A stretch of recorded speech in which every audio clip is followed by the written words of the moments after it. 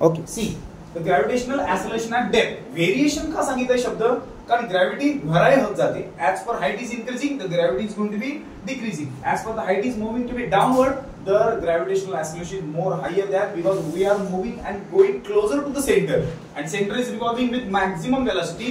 therefore जितक्या जवळ जाल तितकी ग्रॅव्हिटी काय होत जाते, वाढत जाते. जसे की आपल्या गॅलेक्सीच्या सनच्या समोर जर आपण गेलो सनकडे, आपल्या सोलर सिस्टीमच्या सनकडे जा जवळ जवळ जवळ, तर ग्रॅव्हिटी ऑब्वियसली वाढत जाते सूर्याची. सिमिलरली जसं आपण खोदत खोदत सेंटरकडे जाऊ तशी ग्रॅव्हिटेशनल ऍक्सेलरेशन काय होतं ना, वाढतं. So what is the first equation, gravitational acceleration at surface g is equal to the formula gm upon r. okay, ha the formula gm upon r. what is, why the r is written capital, because the main surface is around the radius r. so ha r square आला equation number 1. Learn ठेवायचा, मनात ठेवायचा. आपण हा formula किती वेळा काढणार आहोत, 2 वेळा. हा जो m आहे ना, हा मास ऑफ द अर्थ, हा बिग अर्थचा मास आहे. पण नंतर जेव्हा आपण स्मॉलचा काढू त्यावेळी m च्या वरती डॅश देऊ, m डॅश नवीन मास, कळते ना, कारण ऑब्वियसली छोटी होणार ना ती अर्थ, मग त्यावेळी आपण m डॅश देणार आहोत मासला. ओके, सो सांगा पहिल्यांदा gravitational acceleration surface g is equal to gm upon r square. आता तुझा फॉर्म्युला आहे, सगळ्यांना विचारून मी पहिला formula gm upon r square.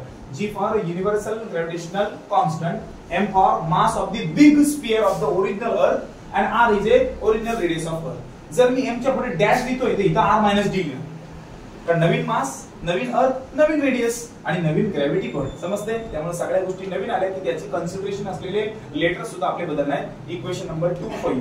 तुला काय करायचंय, आपल्याला फॉर्म्युला डेन्सिटीचा वापरायचा आहे. तर डेन्सिटीचा फॉर्म्युला सांगा, density rho is equal to mass upon volume. Okay, आता व्हॉल्यूम हा आपला स्फियरचा आहे आणि स्फियरच्या व्हॉल्यूमचा फॉर्म्युला 4/3 पाय आर क्यूब हा फॉर्म्युला आहे. ओके, 4/3 पाय आर क्यूब हा स्फियरच्या व्हॉल्यूमचा फॉर्म्युला आहे. तर आपल्याला आधी व्हॉल्यूम मास काढावा लागेल, नंतर व्हॉल्यूम काढावा लागेल, मग मला मिळेल काय, डेन्सिटी. पण तुम्ही म्हणाल हे का घेतलं, कारण हा जो m आहे त्या m ची व्हॅल्यू काढायची आपल्याला, आणि ही m ची व्हॅल्यू काढायला कदाचित इथपर्यंत m 1 2 3 4 5 इतके वेळा येऊ शकतो आपण करायची. Okay, so you better remember to find the value of m. How to find the value of m, rho is equal to mass upon volume.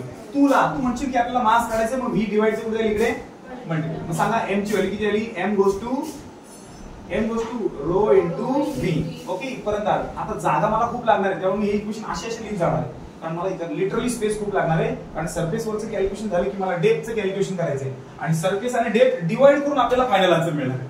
त्यामुळे फळा कमी पडेल, एवढं मोठं डेरिव्हेशन होईल, पण समजेल एवढं मात्र डेफिनेटली. ओके, मग सांगा आता मासचा फॉर्म्युला. आता मला सांगा व्हॉल्यूमचा फॉर्म्युला. आताच मी सांगितला 4/3 पाय. सो हा तुझा फॉर्म्युला सरफेसचा, तुझा फॉर्म्युला डेन्सिटीचा, तुझा फॉर्म्युला मासचा, आणि तुझा फॉर्म्युला व्हॉल्यूमचा. सांगा व्हॉल्यूमचा फॉर्म्युला काय असतो, volume is equal to 4/3 pi r cube. मी आर कॅपिटल का काढला लक्षात येते ना, because earth is rounded with radius r. So I am putting this value inside it. तो सांगा मला हा इक्वेशन 2 आहे आणि हा इक्वेशन किती आहे, 3 आहे. 3 ला मी कशात पुट करणार आहे, 2 मध्ये. सांगा मग पुट 3 इंटू काय, 2 मध्ये पुट कर. सांग 3 ची व्हॅल्यू मी कशात पुट करू, 2 मध्ये. सांगा मग m ची व्हॅल्यू काय आहे, m इज इक्वल टू, बोला रो जसाच्या तसा, आणि v ची व्हॅल्यू सांगा पटकन, 4/3 इक्वेशन नंबर किती आहे, हे 4.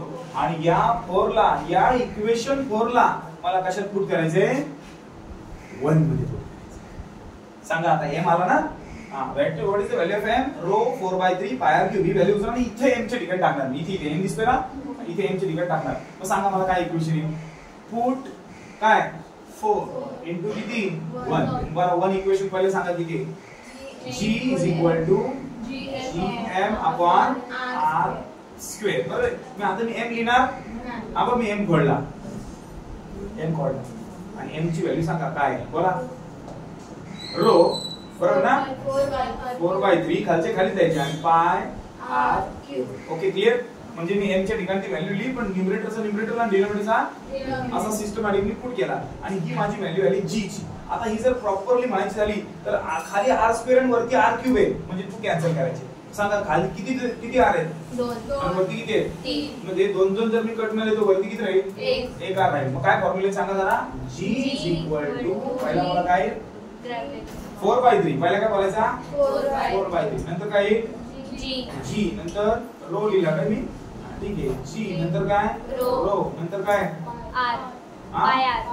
पाय आणि r. ओके, हा तुमचा फॉर्म्युला इक्वेशन नंबर किती इथपर्यंत जे आले ते सरफेस वरचे आले, ही सरफेस ग्रॅव्हिटी आहे ना, ग्रॅव्हिटेशनल ऍक्सेलरेशन ऍट सरफेस. हा विषय इथे सोडून द्यायचा आणि आता आपण जे काय r ने केलं ते असं r मायनस d ने पुन्हा पहिल्यापासून करायचं. Okay x.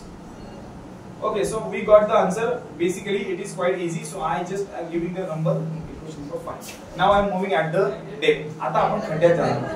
So we are moving to the depth. So मी इथे पार्टिशन करतो आणि ऑब्वियसली आता आपण डेप्थचं कॅल्क्युलेशन बघणार आहोत, राईट? आता डेप्थचं कॅल्क्युलेशन मी इकडे करतो आणि एवढा पोर्शन आहे ना तुम्हाला डेप्थला लागेल, एवढ्या पोर्शनला मी डेप्थ सोडवतो आणि मग या दोघांचं डिव्हिजन करून आपण ते आन्सर तिकडे काढूया. ओके, सो ऍट बोला at depth and depth d. मग depth d ला आपली रेडियस किती सांगा मला? r minus d. Okay okay, आणि मास किती मग सांगा? m dash.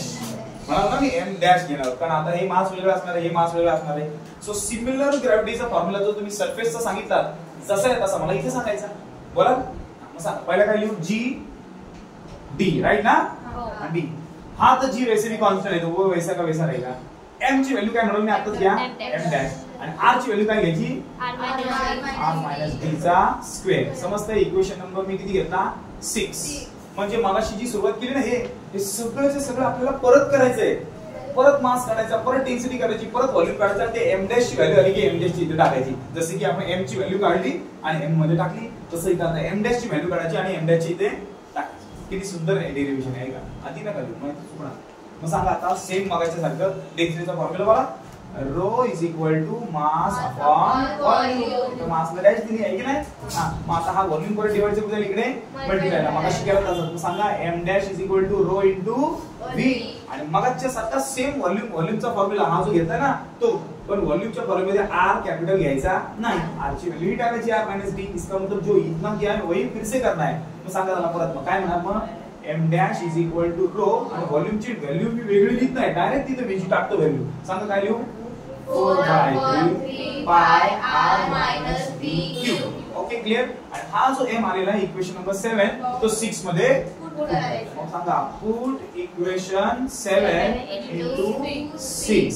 आता इथे जागा आहे का आपण टाकू शकतो? मला वाटते जागा फार कमी पडली तर बघा gd goes to g upon कोण आहे? r minus d चा स्क्वेअर. आणि ही व्हॅल्यू सांगा आता प्रॉपर. बोला rho 4 upon 3 pi r minus d cube. ओके ना? सेम मगाशी बघा हा r स्क्वेअर आणि r क्यूब कैंसिल केला तसा इधर हा स्क्वेयर चा ब्रैकेट आणि हा क्यूब चा ब्रैकेट एक एक कैंसिल. सो मान लो ये स्क्वेयर गया और इसमें से एक गया है ना. उरलं काय ते मला इथे सांगाल ना तुम्ही. बोला g d इक्वल्स टू काय राहिले सांगा मला. पहिले 4/3 है ना. पहिले किती लिहायचे? 4/3. ये लिखा 4/3. उसके बाद काय लिहिणार? रो g किंवा g रो पाय. इथे दिले तेच g रो पाय आणि r मायनस d तेच राहिले. बोला काय? g रो पाय r मायनस d, राइट ना? इतना ही रहा ना. काय राहिले बघा? 3 राहिले. तू काय 4/3 लिहिला? Okay done. आणि याला म्हणायचं इक्वेशन नंबर किती? 8. आणि मी तुम्हाला सांगितल्याप्रमाणे डेप्थची ग्रॅव्हिटी आणि सरफेसची ग्रॅव्हिटी यांना काय करायचं आता? डिवाइड करायचं. मग अशी म्हणालो ना तुम्हाला. मग तसं डिवाइड करू आणि मग फायनल आन्सर येते का आपण बघूया. Okay so may I start? सांगा डिवाइड इक्वेशन काय? 8 बाय काय? 8/5 है ना. 8/5. सांगा पहिला 8 लिहिणार आणि मग 5. सांग मग काय? 8 मला डावी बाजू बोला gd अपॉन काय? gs. नुसतं g लिहिलं तरी चालेल. आता डाव्या बाजूनी आणि उजव्या बाजूला उजवी बाजू सांगा त्याची काय आहे? 4/3 g रो पाय r minus d अपॉन परत किती आहे? 4/3 g रो पाय r. 4/3 g रो पाय r. आता हा d आहे ना g तो डिवाइड चे बदल तिकडे मल्टिप्लाय करा. पण त्याच्या आधी जी सेम आहे ती कॅन्सल करायची. सांगा काय काय कॅन्सल होईल? 4/3 this cancel. g cancel. Rho आणि रो सुद्धा कॅन्सल. पाय पण कॅन्सल. ओके एवढं सगळं कॅन्सल होणार. आता नीट लक्ष दिलं तर सगळंच कॅन्सल राहिले. मग राहिले काय? डी अपॉन आर आहे ना. मग सांगा दिस कॅन्सल दिस कॅन्सल, जे राहिले ते मला पटकन सांगा. G upon g equals to r minus d upon R.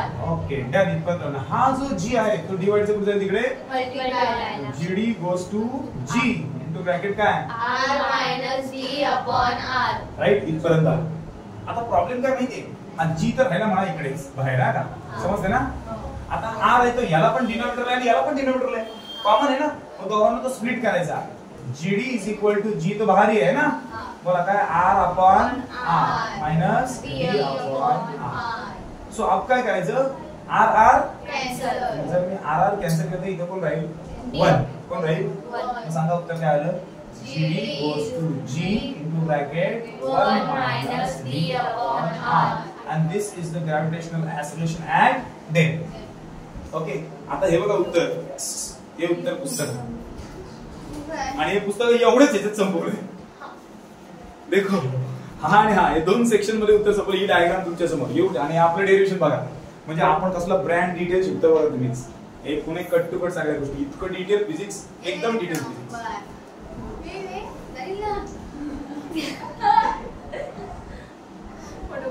आकडत केलं तो कॅमेरा आता आकडा झाला काय.